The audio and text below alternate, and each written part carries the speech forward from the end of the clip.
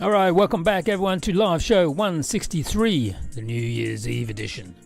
That magical night where humanity stares at the clock, changes a number, and convinces itself it has achieved a personal growth. Same incentives, same institutions, same people. But don't worry, it's a new year, so surely the universe resets. Tonight isn't a celebration. It's not a highlight reel. And it's definitely not a motivational speech. Tonight is a intervention, because 2025 wasn't a bad year. It wasn't a glitch. It wasn't bad vibes or bad leadership. 2025 was a warning label. The kind printed in the tiny font on the side of a bottle, while the marketing says refreshing and the ingredients list quietly says may cause institutional collapse. Every January we're sold the same comforting lie. This year will stabilize. This year will calm down. This year will return to normal. But here's the part nobody wants to say out loud on New Year's Eve. Normal is gone. Not paused, not broken, gone. What made 2025 different wasn't chaos. We've had chaos before. What made it different was consistency. The same failures repeating across politics, war, money, technology, culture, all pointing in the same direction. The scaffolding didn't collapse. It started creaking. And creaking is worse because it convinces people the structure is still safe, right up until it isn't. So tonight we're not doing this chronologically, we're doing it structurally. We're starting with the deep narratives, the story templates. Europe keeps recycling when it needs an enemy. Then we're looking at how the so-called rules-based order has been treated like a buffet. Rules for you, exemptions for me. Then we're going into memory and identity, because geopolitics doesn't run on spreadsheets alone. It runs on trauma, inheritance, and things nobody wants to process. Because if you don't understand the story templates and the unprocessed memory, you'll never understand why the same crises keep coming back with a new branding. Only after that we'll zoom into 2025, not as a spectacle, but as a signal. Then we'll follow the money, credit, debt, incentives to see what's actually driving decisions. And finally, we'll look forward into 2026, where pressure starts managing and decision makers instead of the other way around. No champagne optimism tonight, no corporate lessons learned, just pattern recognition, sarcasm and honesty. So if you're here for positive vibes only, this is not the channel for you. But if you're here because you feel like something's off and you're tired of being told it's all perfectly normal, you're exactly where you should be. Alright, let's start at the root. But before we do that, let's have a look at my home country, Australia, which seems to be vying for the most crazy, repressive country on the planet.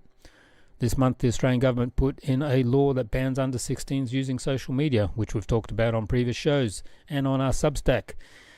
Then last week, they added Google search to that, which means everyone in Australia has to prove their age before using social media or using a search engine. That's just crazy. And if you do think that's crazy, now this.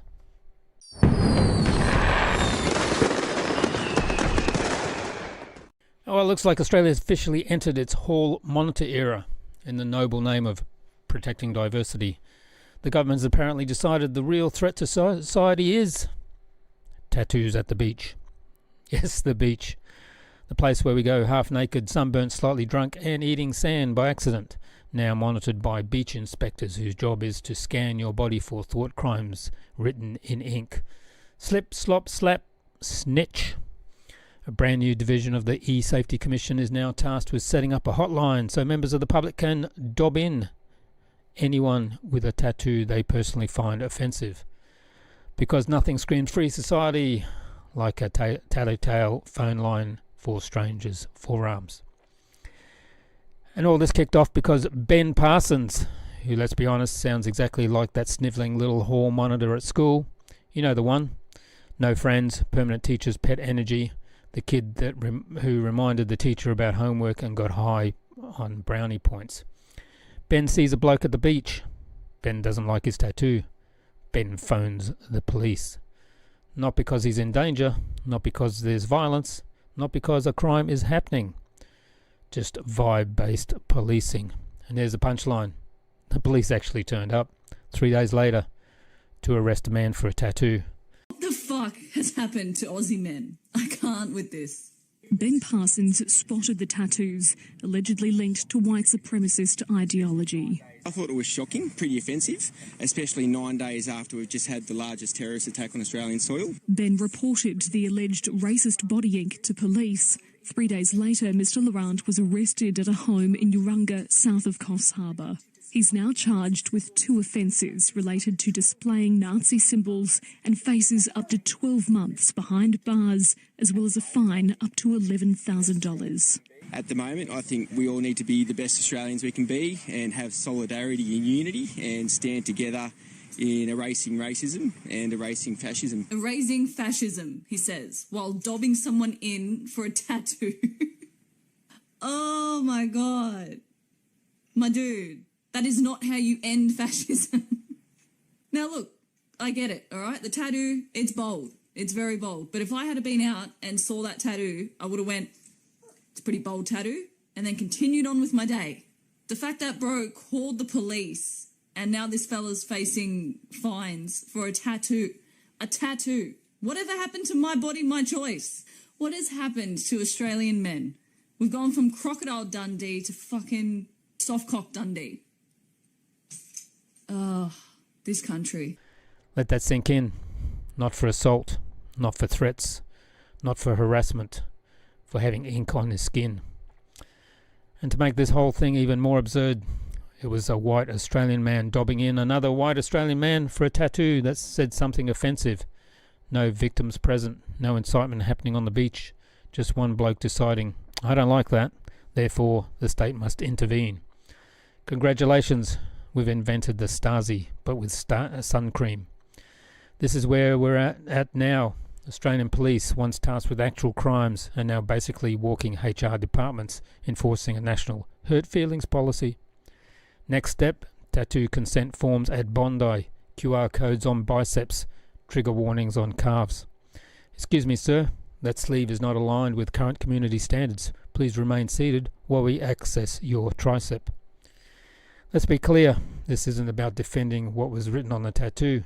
It's about the absolute insanity of a system where the response to speech is, if you don't like it, handcuffs. Because once you accept that the police can arrest you for words on your skin, the line doesn't stop there. Today it's tattoos, tomorrow it's t-shirts, then social media posts, which is already happening of course, then facial expressions. Australia didn't jump the shark, it tattooed the shark, then arrested it. Welcome to the future, where personal offence is evidence, snitching is a civic duty, and the beach is no longer a beach. It's a compliance zone.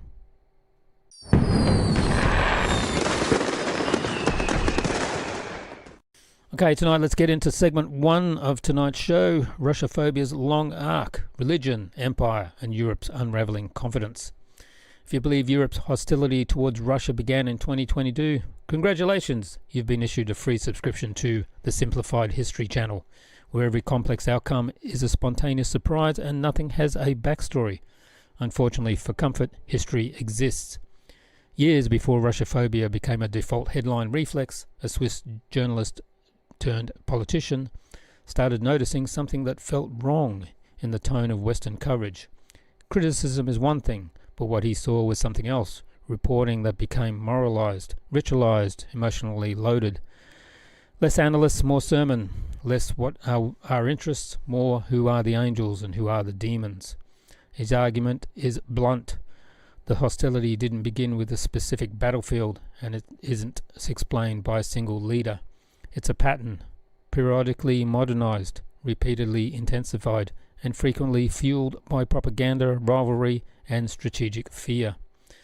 And the deeper you dig, the more awkward it gets, because you don't hit geopolitics first, you hit religion. The split between the Orthodox Christianity and the Western Christianity created an early cultural template, the civilized West versus the barbaric East. Over centuries, those stereotypes hardened. The despot, the barbarian, the civilizational outsider, the perpetual threat to Europe's self-image. The claim isn't that religion directly drives today's policy, but that it's supplied durable story templates that later got repurposed for geopolitics.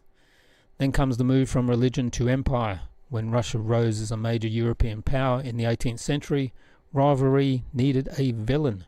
That hostility became increasingly political, shaped by states that found it hard to accept a new rival on the continent. Excuse me. One of the most striking tools described is the use of political forgeries. Narrative weapons. A fabricated testament attributed to a Russian ruler was circulated to paint Russia as an inherently expansionist and destined to dominate Europe. It wasn't about evidence, it was about usefulness. It helped mobilize public opinion, rationalize wars, and cast strategic disputes as moral crusades. And when alliances shifted, when Russia became useful against a different threat, those narratives shifted too, with a forgery suddenly discovered as fake, not because truth mattered, but because convenience did. He also makes a key distinction. Phobia is too gentle. The propaganda imagery historically used often resembles dehumanization, vampires, monsters, civilizational outsiders. That's not fear, that's hate. It's not that we are cautious about a state. It's these people are not fully European, therefore not entitled to normal empathy. The explanation offered is partly psychological. A continent that once dominated the world struggles to share space with a rival whose landmass spans Europe and Asia.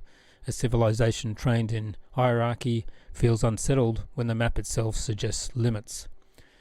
And then the Swiss paradox. Switzerland's modern sovereignty and neutrality were just self-invented.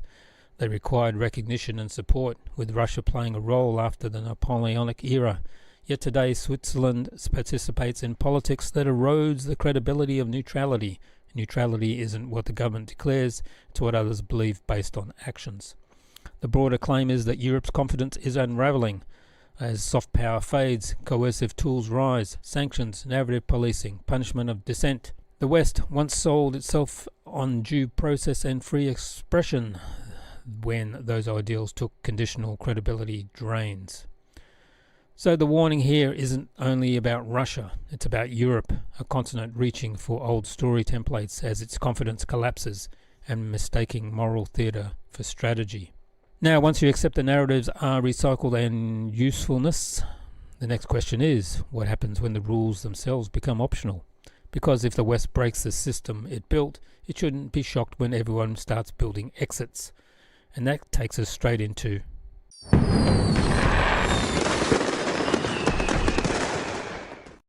piracy without rules, how the West undermined its own order. So let's talk about the rules-based order, aka the thing Western leaders mention, the way people mention their gym membership, constantly and with no visible evidence of use.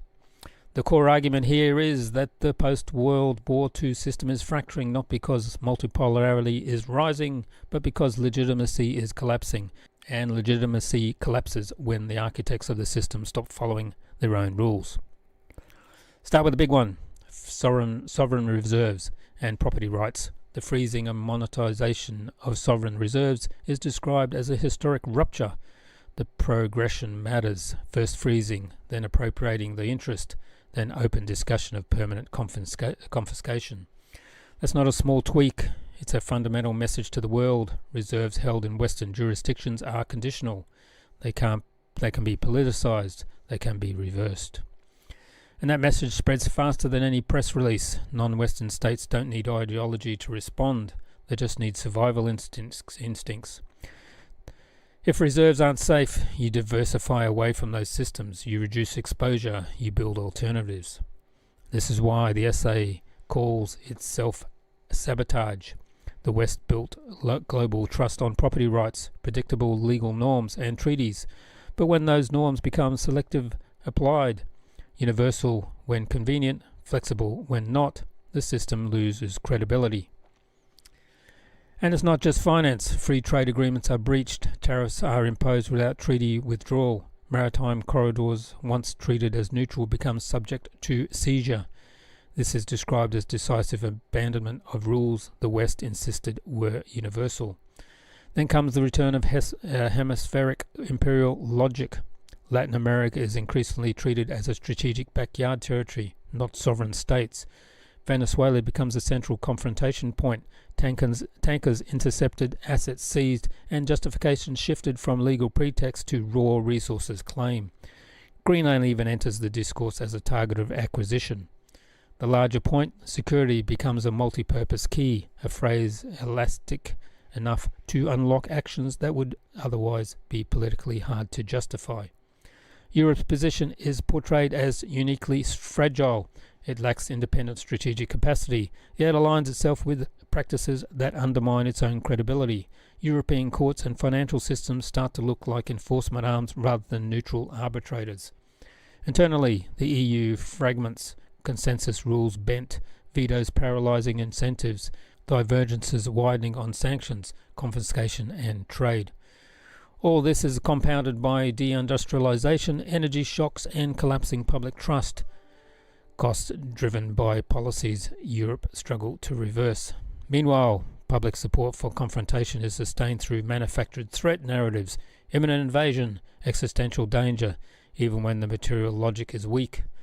The essay argues that these belief systems impose immense costs, reduce competitiveness, capital flight, polarizations and damage to European geopolitical standing. So alternatives rise, BRICS, SCO, and other frameworks that aren't anti-West but post-West systems designed to function independently of sanctions, asset seizures and politically conditionality. China is described as cautious, preferring stability and gradually reform, but even restraint has limits. Finally, it points to a potentially inflection point. The next major Western financial crisis may not produce a flight to the dollar like 2008 did. Trust has eroded. Diversification is underway. If confidence breaks decisively, capital flows could behave very differently and overwhelm existing structures. The bottom line is, the order isn't collapsing because enemies destroyed it. It's unraveling because its leaders abandoned its own rules, and credibility once lost doesn't reboot with a speech. So we've established two things. One, Europe has a habit of recycling ancient story templates when it needs a villain. Two, the so-called rules-based order has been treated like a buffet, rules for you, exemptions for me, and then we act shocked when nobody trusts the restaurant. But here's the part that really matters, the part that doesn't show up on policy panels or think tank PowerPoints. This isn't geopolitical, it's psychological. Europe's relationship with Russia isn't only about tanks, pipelines or treaties. It's about identity, trauma and a failed exchange. An entire continent trying to teach another continent like it's a marking homework. So let me take you to the human layer of this, because this is where the wiring lives.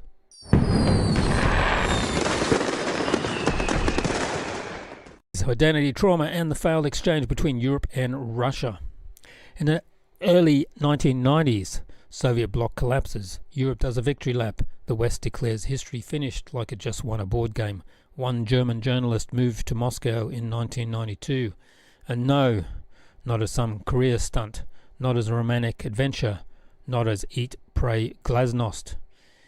It was a refusal to accept the one-way story that was being sold in post-unification Germany. We won, you lost, now copy us. Because that wasn't exchange, that was delivery, like Amazon Prime, but with the ideology. Germany, especially after reunification, was saturated with confidence, media narratives, institutions and public mood. Everything carried the same assumption. The West model had prevailed, and the East would now be remade in the West image. Not Russia can modernize, but Russia should modernize to become more like us. That's the poison pill, because it treats encounter like instruction. Curiosity becomes optional. Equal footing becomes nuisance. And if you showed any curiosity about Russia as an independent civilization with its own instincts, scars, social logic, you were treated like you joined a weird cult. Why are you listening to them? Because apparently empathy is suspicious now. On the ground in Russia, the 1990s weren't a victory parade. They were a disorientation, institutions brittle, livelihoods collapsing. The new order felt less like liberalization and more like emergency living. And under those conditions, the West's posture of congratulating itself and issuing instructions didn't land as helpful. It landed as arrogant, like a rich guy giving budget tips to someone whose house just burnt down. Even in Germany, you hear casual comments that revealed the deeper attitude. Russia was down, therefore Russia still owed. Not just money, psychologically, politically, even morally. The message was clear. Even in defeat, Russia was not an equal partner, it was a debtor. Now here's where it gets darker, because geopolitics explains headlines, but family memory explains the undertow. For a lot of Germans, the East Front remains most violently repressed chapter of the 20th century, present in fragments, absent in full. In this account, wartime stories weren't delivered as sober reflection. They surfaced as emotional charged monologues, dropped into family life like a storm at a breakfast table. And that creates a corrosive contradiction.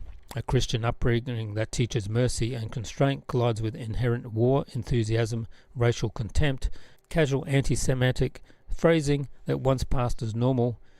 The result isn't a disagreement, it's an identity rupture. Some people responded by breaking with the old world entirely. Others swung hard into the opposite ideology, looking for an escape hatch from a conservative culture that never fully faced itself. Here's the kicker. Germany's remembrance culture is often held up as exemplary, and in many ways it is. Holocaust remembrance is central, and rightly so, but there's a blind spot: the war in the East, the scale of Soviet loss, annihilation campaigns, starvation policies, occupation horrors. Doesn't occupy the same emotional space in public life. Not ignorance of history, ignorance of scale, which means ignorance of consequence. So when modern Europeans use Nazi analogies casually, they turn Russia into a moral container for every Western fear. They're not just being dramatic. They're being historically reckless, because when everything becomes Hitler, nothing means anything. When real horror gets diluted into slogan. And it gets worse. Demonization becomes effortless. Europe becomes the normal one. Russia becomes the perpetual anomaly. And equal-eyed encounter becomes impossible. Meanwhile, the living observation from inside Russia complicates the caricature.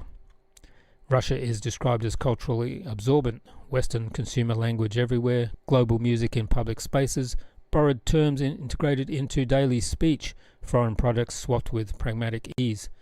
But borrowing doesn't mean surrender. Cultural admiration doesn't mean we want to become you. It means confidence strong enough to borrow without panicking. And here's the irony. While Russians in parts of Europe face hostility, collective guilt, logic, cancellations, forced denunciations that describe social temperatures in Moscow towards German is often warm. Curiosity, openness, even joy, especially among younger people. That distinction matters, separating individuals from governments, even in a conflicting era. It undermines the simplistic idea that Russia is uniformly sealed off or xenophobic. The conclusion here is not Russia good, Russia bad. The conclusion is uglier. The relationship is poisoned by unequal encounter, selective remembrance, and psychologically inheritance. If Europeans can't look Russians in the eye as people on the same continent with the same shared catastrophe behind them, then never again becomes a slogan, not a safeguard. And slogans don't stop escalation, they just help people sleepwalk into it.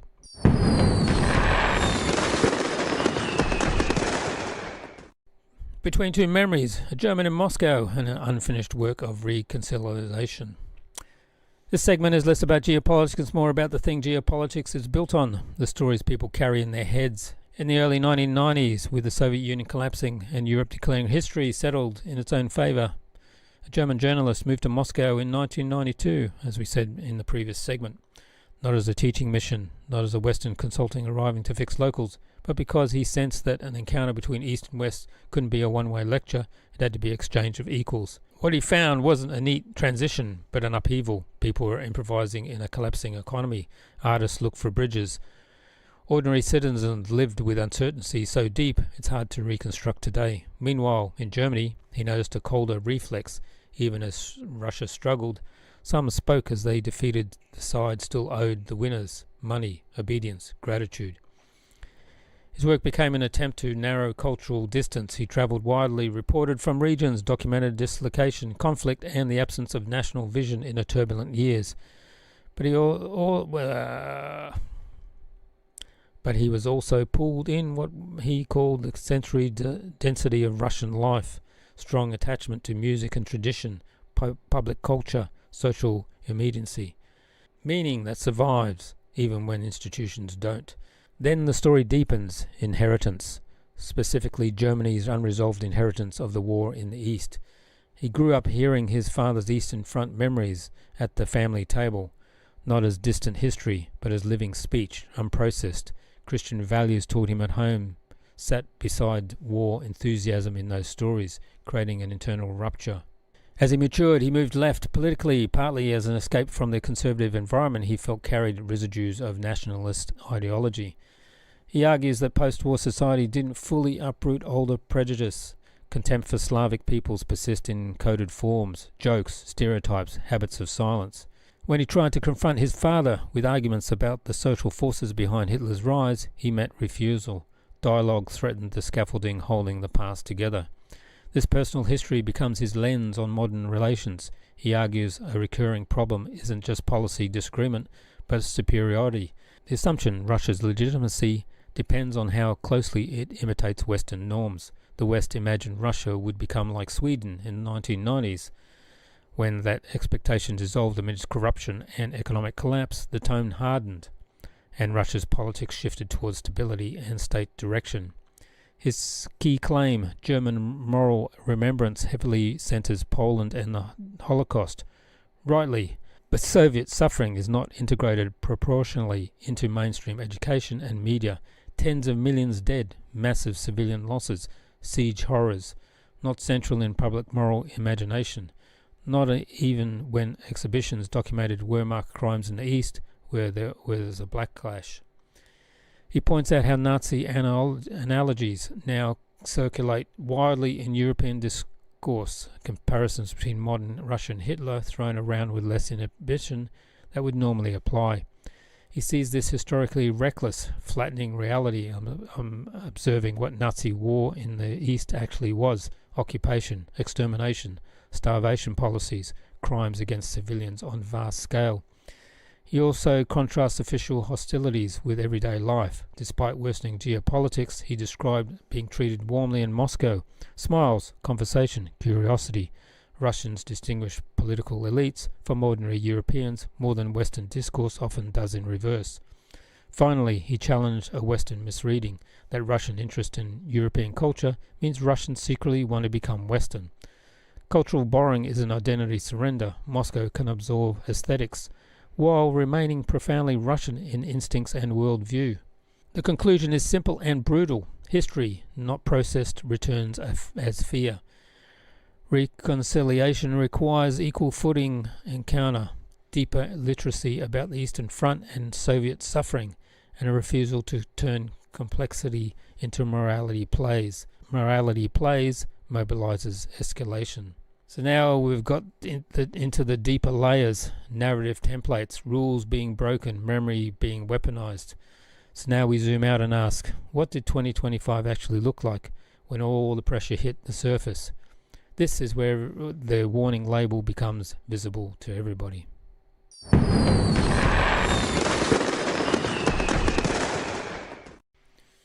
2025, the warning year. Yes, 2025, the year humanity looked around, exhaled through its teeth, and quietly asked, are we sure this is the best possible version of reality? This wasn't just a year of events, it was a year where the same pattern showed up everywhere, systems still functioning, but clearly no longer serving the public, just sustaining themselves.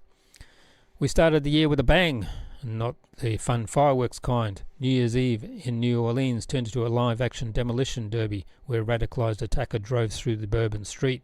14 people dead, a city traumatized, and what's almost more revealing than the crime itself is the way public debate mutates afterwards, because instead of focusing on deeper causes, societies pivot to administrative trivia.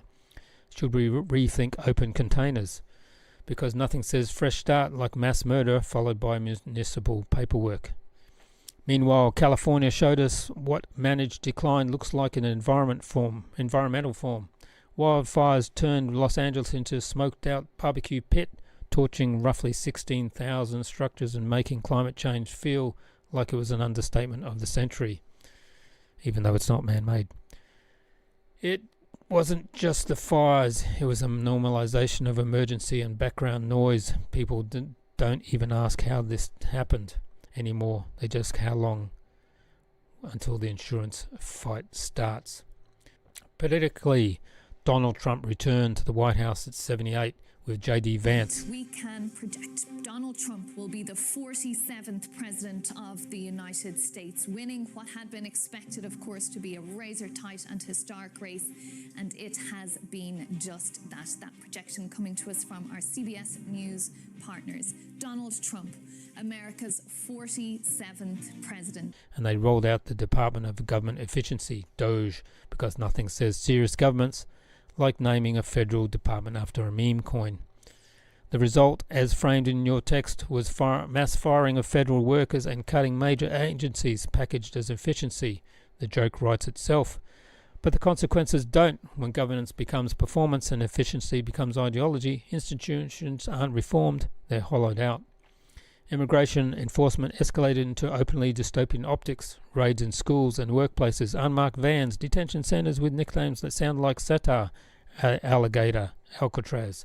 Whatever someone thinks about immigration, the viral aesthetic matters. When the state powers look like abduction videos, you don't get stabilization, you get fear and polarization. Economically, tariffs and trade conflict returned with a vengeance, including extremely high rates directed at China, pushing supply chain anxiety and resource hoarding. Rare earths became the new strategic obsession, like Pokemon cards for governments, and when state hoards inputs, everyone else pays for it.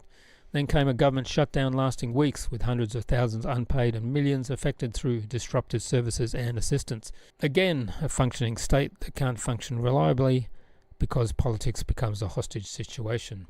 Globally, wars didn't end, they normalized. Ukraine war reached year 4, with shifting lines and rising civilian costs. Gaza cycled through ceasefire attempts that deteriorated under violations as the genocide continued. Sudan's civil war displaced millions. The West's moral language stayed loud, but practical solutions were scarce and fatigue grew.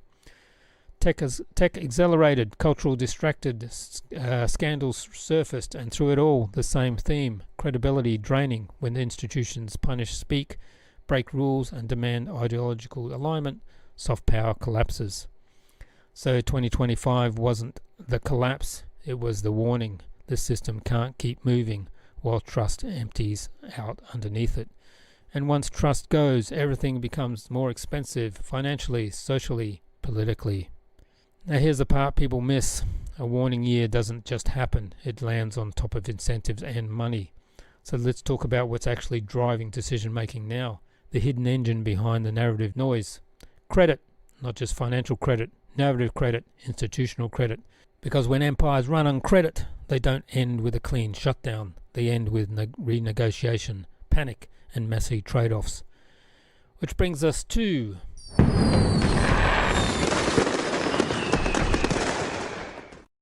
empires on credit, bond panic, hemisphere power, and a war funded by incentives.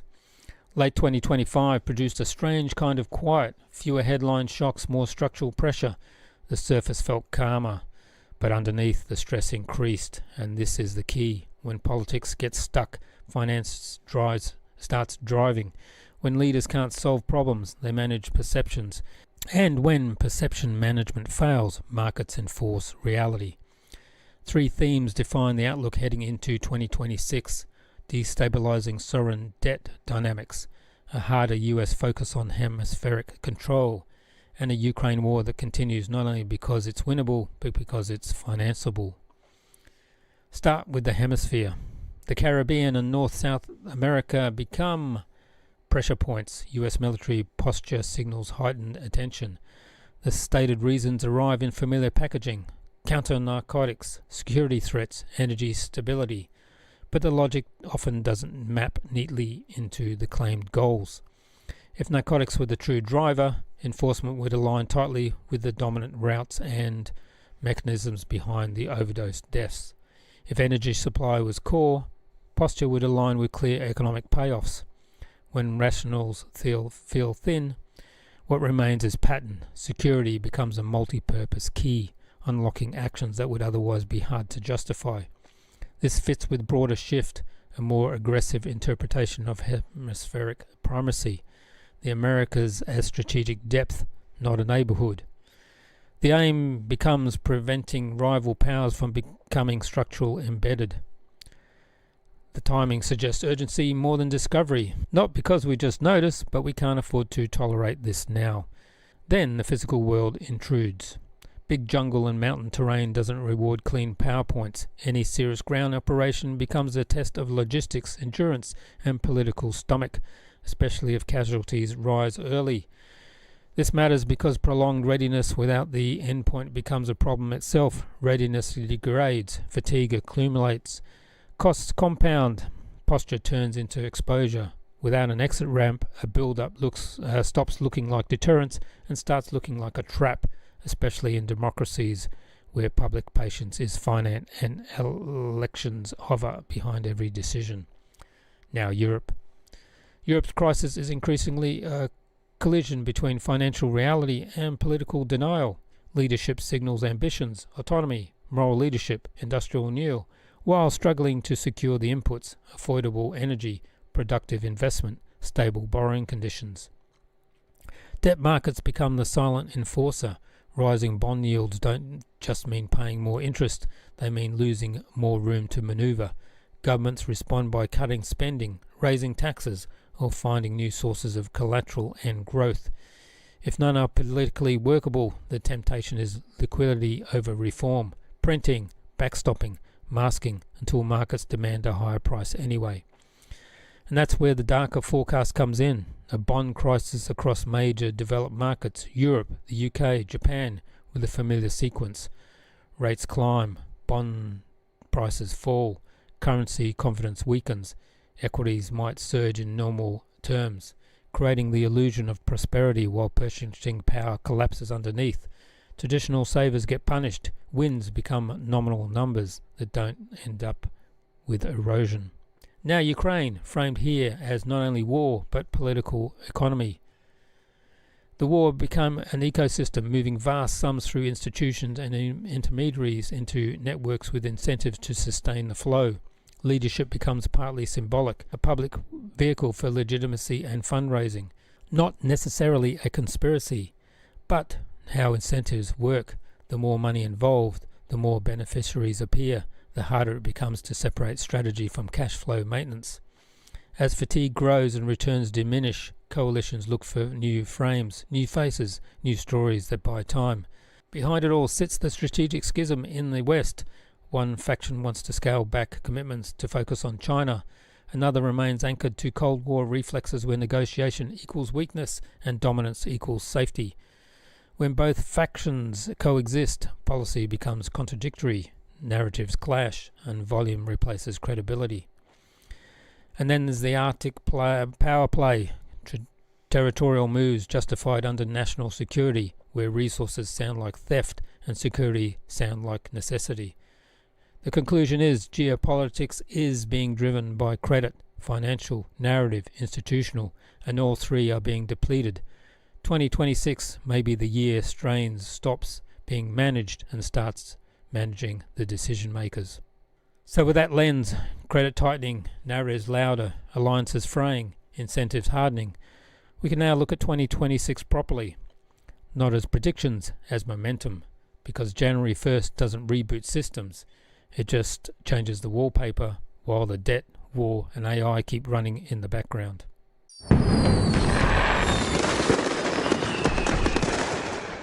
2026, what comes next? Yes, 2026, the year we finally met. 2025 wasn't a disaster, it was the trailer. This is where absurdity stops being funny and starts charging rent. Start with politics, because nothing says fresh start like recycled drama with higher prices. Tariffs deepen and spread, everything costs more. Coffee, electronics, basic goods, and consumers shoulder the burden while being told this is victory. The genius of modern politics is that it can cause inflation, call it patriotism, and then blame foreigners when you complain at the checkout. Meanwhile, the US and China keep escalating their quiet resource war. Critical minerals become leverage, graphite, rare earths, battery inputs, hoarding like strategic loot. The practical effect is simple. Supply chains become political. Electric vehicles and renewable infrastructure are no longer just industrial products, they are bargaining chips.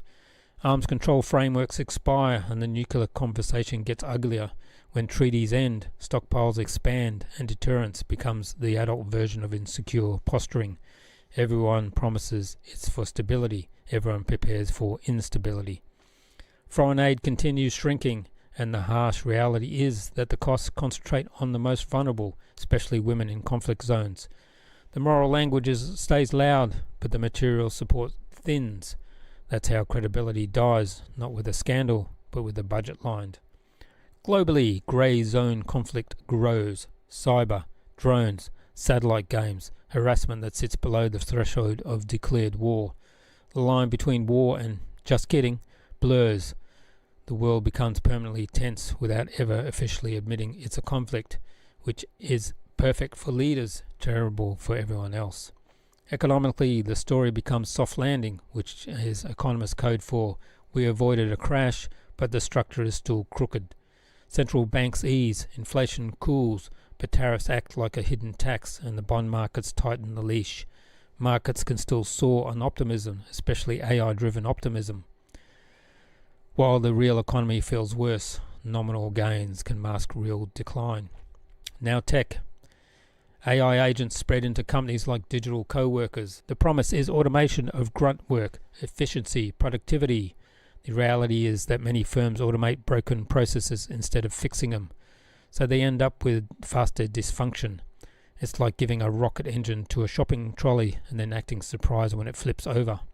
Robots gain AI brains, warehouse become choreographed, logistics becomes sci-fi, infrastructure becomes smart but also more power hungry, more expensive and more politically controversial. Data centers suck up electricity and water, and publics start noticing that their bills are rising to a server farm that can generate synthetic marketing copy. That's where the backlash grows, anti-AI populism, local revolts, political movements, and meanwhile healthcare improves where AI diagnostics help, as long as the system doesn't hallucinate and as long as access isn't gated behind wealth. Culture continues drifting away from depth. Teen reading collapses. Video dominates. YouTube outmuscles everything. Streaming becomes cable again, only now it's cable with subscriptions, mergers, and worse customer service. Lifestyle trends go observed. Clownish interiors, rubbery ASMRM nonsense, goth romanticism, alcohol declines, weed rises, weight loss drugs reshape food markets and habits. People become more optimized, more tracked, more healthy, and more also lonelier. And that's the through line. 2026 looks like the year systems don't break dramatically. They consolidate. AI becomes managerial. Debt becomes political. Tariffs become permanent. Narratives become louder to cover the shrinking credibility. 2026 isn't a collapse. It's the year strain starts managing the managers.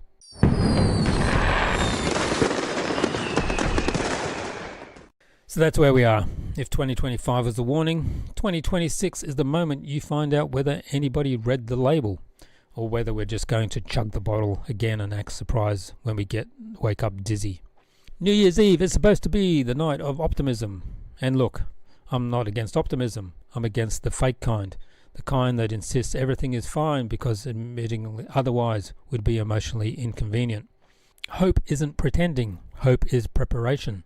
And the uncomfortable truth is that systems don't reset because the calendar flips. Institutions don't regain legitimacy because fireworks explode.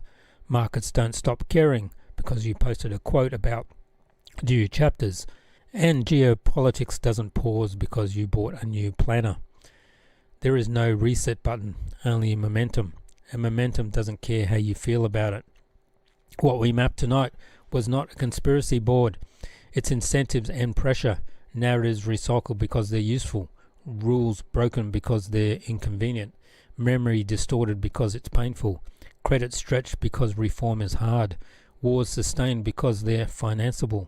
And technology accelerated because nobody gets promoted for slowing down. That doesn't mean panic. It means clarity. It means you build resilience where you can, community, skills, flexibility. A little skepticism when someone demands your obedience for security.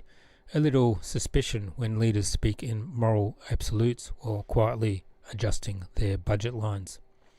It also means refusing to let the narrative police tell you what you're allowed to notice. If you're watching rules get broken, you're not crazy. If you're watching debt dictate politics, you're not paranoid.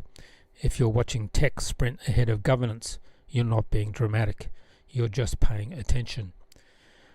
So when the countdown happens tonight, when the fireworks go off, when the champagne pops and the people hug and post, we made it. Yes, celebrate surviving. Surviving matters. You don't let the ritual trick you. We are carrying forward into 2026 with the same structural pressures, the same incentive systems, and fewer illusions. The warning was delivered. The question is whether anyone changes course, or whether the strain starts managing the decision makers so completely the public becomes an afterthought. So from Minsk, Belarus, from the other side, that's live show 163. And if the next year is going to be ridiculous, which it will be, we're going to be here to call it what it is. Laugh where we can and keep our heads while narratives demand we lose them.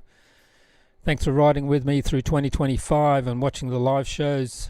You lot are the reason we keep things rolling. On Rumble, we're averaging over 36,000 views per show, and on YouTube over 3,600, which is impressive considering YouTube treats me like I'm radioactive. This is the last show of 2025, so do the usual. Hit like, share it, subscribe if you're new here and not just doom tourism, and drop a comment in there so the algorithm knows we're still alive and unapproved. So happy new year to you all, and if we can't do equal footing and counter, then all we're doing is recycling trauma into the policy and calling it moral clarity. See you in 2026. Bye bye.